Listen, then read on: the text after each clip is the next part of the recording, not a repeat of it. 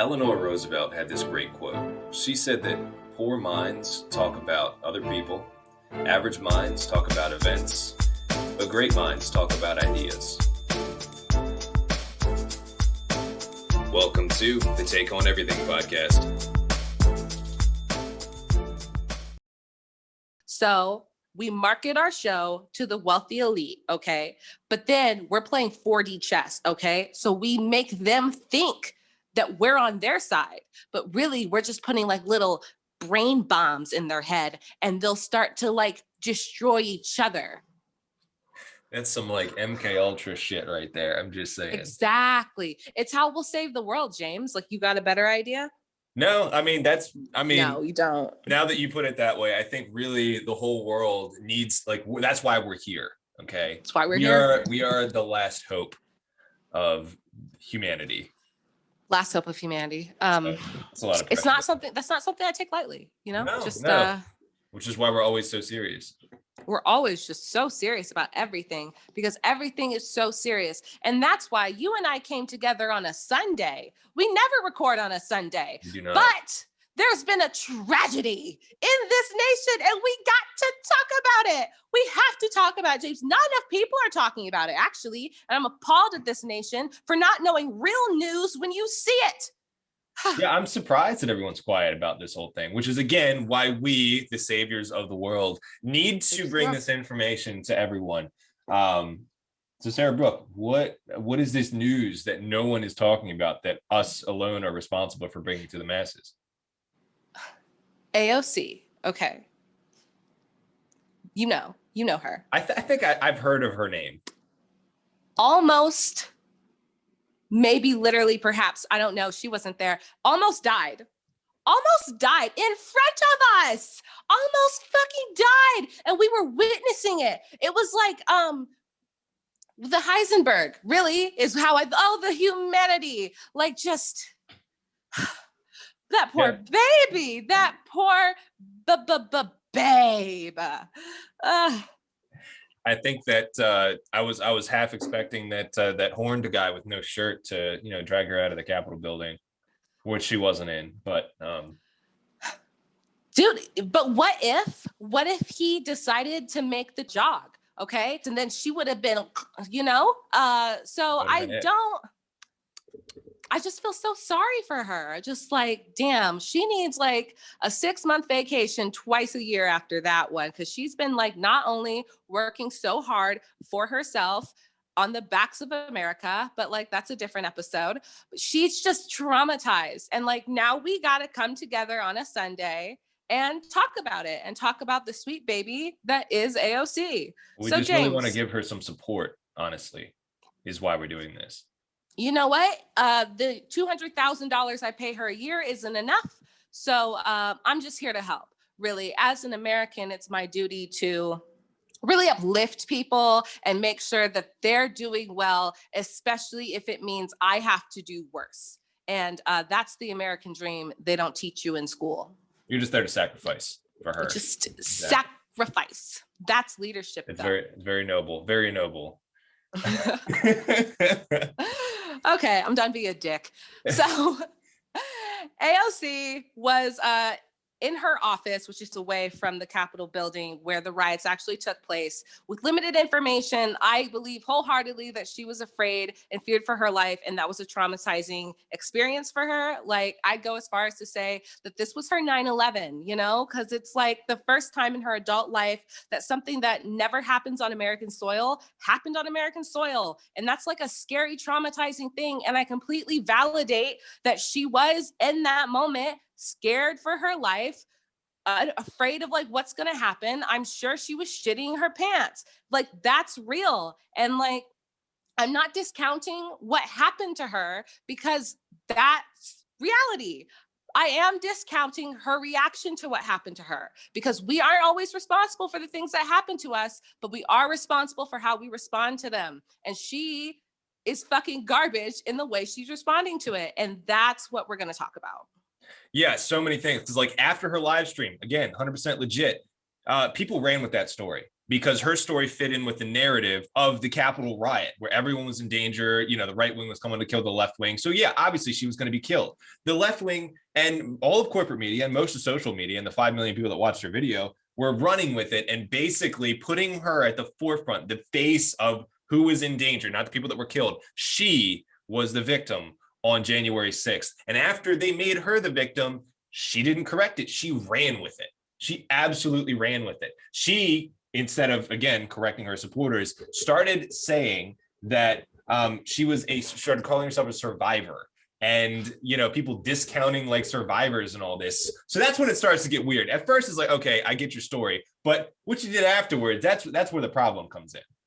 You know, it wasn't her fault. Like, they highlighted this piece. And I think what happened was she got addicted to everyone just like coddling over her like this poor baby girl, and like all the attention she got, because she got a lot of attention for that. And that is addictive, especially in like the look at me era of the internet that we live in. Like, I totally relate to like wanting to get as many likes on something as possible, but it's irresponsible and ignorant to steal someone's tragedy. Like, if you want likes and support, like have original ideas. You don't piggyback off the death of 5 people and like a really scary moment in American politics. That's disgusting. And like, you are hired to our government to protect, serve, and lead us. And this is how you're acting. You're making this whole fucking thing about you. And like, I get this PTSD thing, and like, I'm sick of people fucking saying it to me. Like, she's the only asshole in the world that gets to have PTSD. Need I remind you that our soldiers who fought and died for this country also have PTSD and kill themselves because of it, but no one's writing articles about them, and no one's live streaming, and no one's blocking each other on fucking Facebook over it, are they? But AOC, some bitch that you elected, not a celebrity, not a person of like fucking interest at all, pretty fucking blank slate if you look at her personality. But I digress. Just because she says that she was scared for 2.5 seconds, now we have to like stop what we're doing and like reevaluate all our attention to this girl. Like, you knew the job was dangerous when you took it. Like, that's why it was so fucking impressive that you took on this responsibility. And instead of making this about the people, you're making it about you. Like, that's all I ever hear her say. It's me and like my experiences and what I've been through. And every viral video about her is some shit about her. It's not that she's like protecting the American people. It's that some dick called her a bitch on the stairs and she has to give a speech. That doesn't warrant a speech, AOC. Like, call him a cuck and move on with your life. Go help America. But no, you called me a bitch, and like, you have daughters, and what if they grow up and thinking they're like, no one gives a shit. No one gives a shit. Welcome to the internet. People are going to call you a lot fucking worse. And that's the thing they don't tell you about fame. For every person that loves you, there's going to be 7 people that fucking hate you. And you got to learn to roll with the punches if you're going to be like a leader in this community. So shut up, okay? If you were scared, I respect and validate that. Go to therapy. Do I not pay you enough to go see a fucking shrink and talk about this? And like, I acknowledge that talking about things is how people heal from trauma, but why are you including me in your fucking bullshit? What if I don't want to heal this way? You're shoving it in my face. What if I'm fucking traumatized? I just want to forget, but every time I turn on the fucking news or scroll through my Facebook, it's some shit about AOC and how awful it is to be her. It's like, what? She almost died, and her first inclination is to take stock of her Louis Vuittons. Like, other people were under their desk actually in danger with the people that had the guns and the zip ties, and we're not even checking on them. Like, are they okay? Did they send out a very heartfelt call to their families? Did they like regret not kissing their wife goodbye because they thought they could do it when they got home?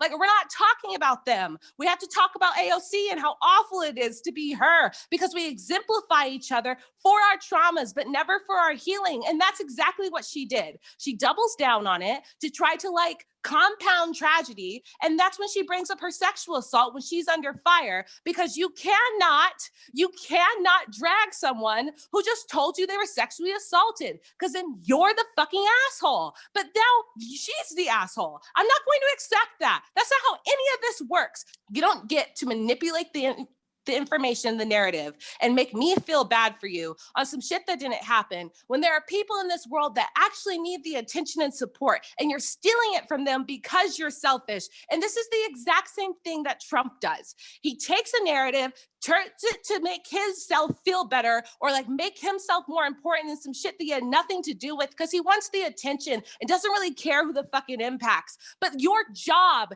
is to impact people. And I think it's fucking ridiculous that you'll sign legislation you never even fucking read, but if someone's criticizing you on the internet, you hang on to every fucking word and make video after video making everyone feel sorry for you and starting goddamn campaigns to defend yourself, instead of being like, you know what? Like me or hate me, I'm here to do a job for the American people. Like, you're not doing that. It's about you. And nothing gets done when our representatives are representing themselves and not a nation. Yeah, no, that's dead on. That's dead on. Because that's exactly, like you said, that's exactly what Trump did. Trump made everything about him. The media was against him, not his ideas. The left was against him. The Republican Party was against him. All the people were against him. It had nothing to do with his ideas or his proposals or anything. It was all about him. And she's doing the exact same thing. And again, like you said, her initial video, nothing wrong with it. When people ran with it, her response to that is where she fucked up. And when she realized she was wrong, she brought up the sexual assault thing, because like you said, you can't criticize somebody. As soon as you bring that up, you can't say anything. But to conflate those two things is what I think is so terrible about what she did. To conflate, not actually being in danger in the Capitol, even though she thought she was in danger, fear is real. I get that. But conflating that with real sexual assault, real rape, okay? That's not okay. That discounts all of the actual. So basically she said, so to discount her experience, right? So this was after the video. So she's running with the narrative that she, was in danger, which is not the case. So in response to people criticizing that narrative, she said that people were discounting her survival of both being a sexual assault victim and the Capitol riots. Those are not the same things. And to conflate them is just politically disingenuous, and I think kind of evil. I know people that, a lot of us know people that have been sexually assaulted, and that pissed me off. That right there is my main criticism of what she did when she doubled down with this narrative and she ran with it and she made it about her and she made it about her sexual assault, which had nothing to do with her fear on January 6th. And it's absolute manipulation, because she knows exactly what she's doing and how her base, especially with like the culture that they've created, are going to like crowd and uplift her. And it's the broken uplifting the broken. And that's why this nation's crumbling.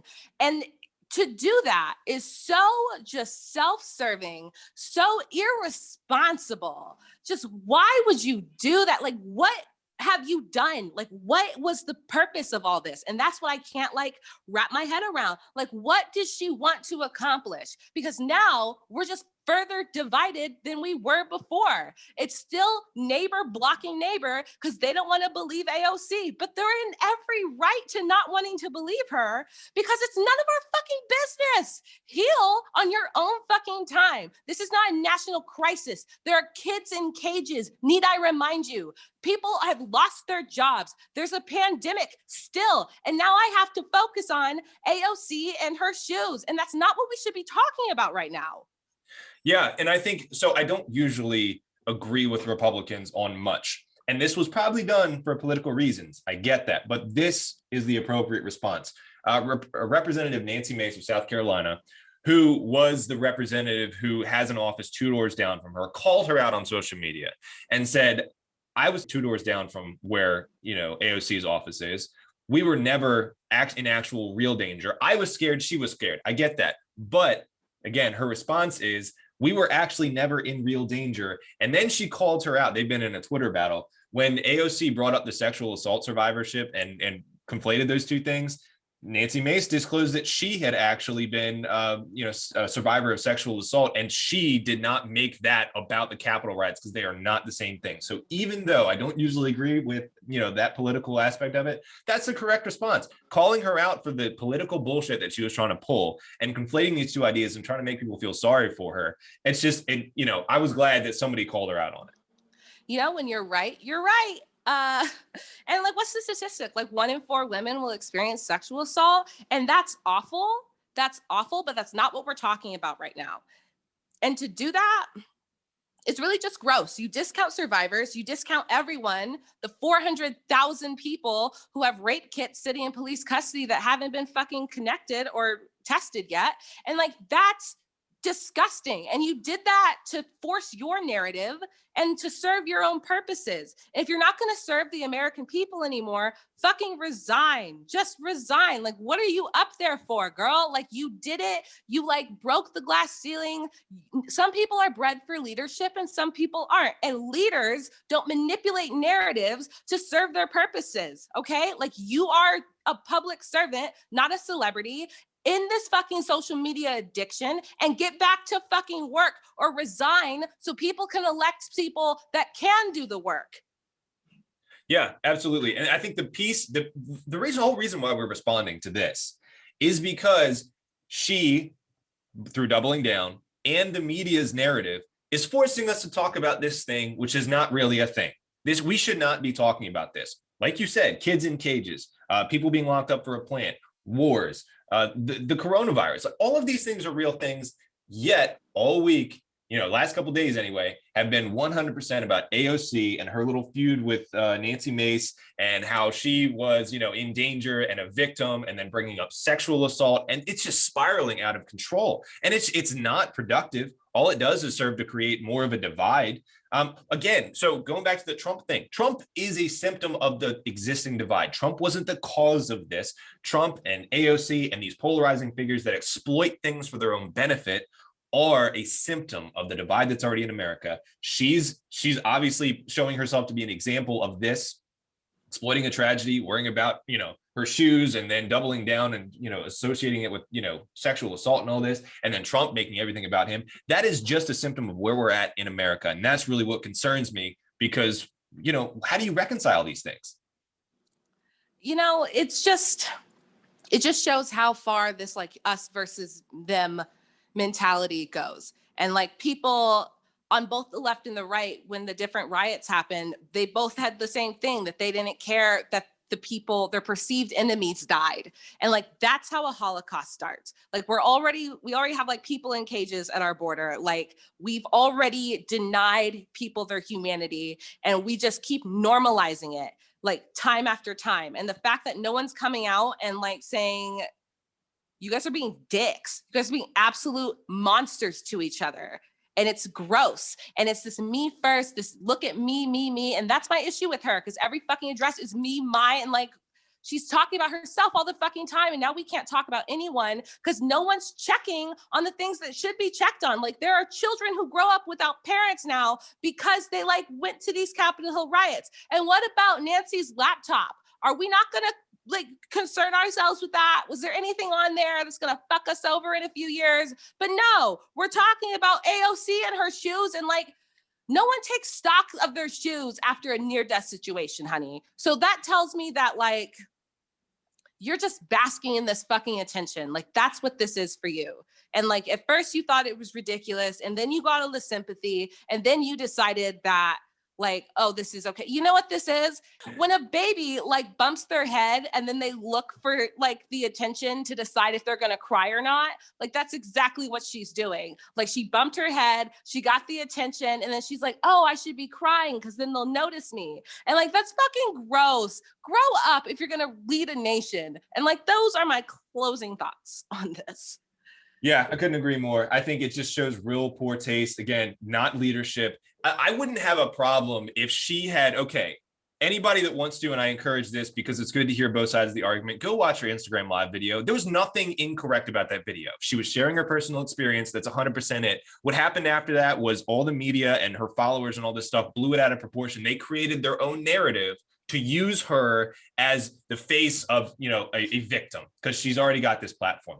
She should have, I wouldn't have a problem with it if she corrected that narrative. If she said, guys, that's not what I said, that's not what I meant, and this is not my intention. If she had done that, all respect to her, we would have actually moved on to talking about real shit.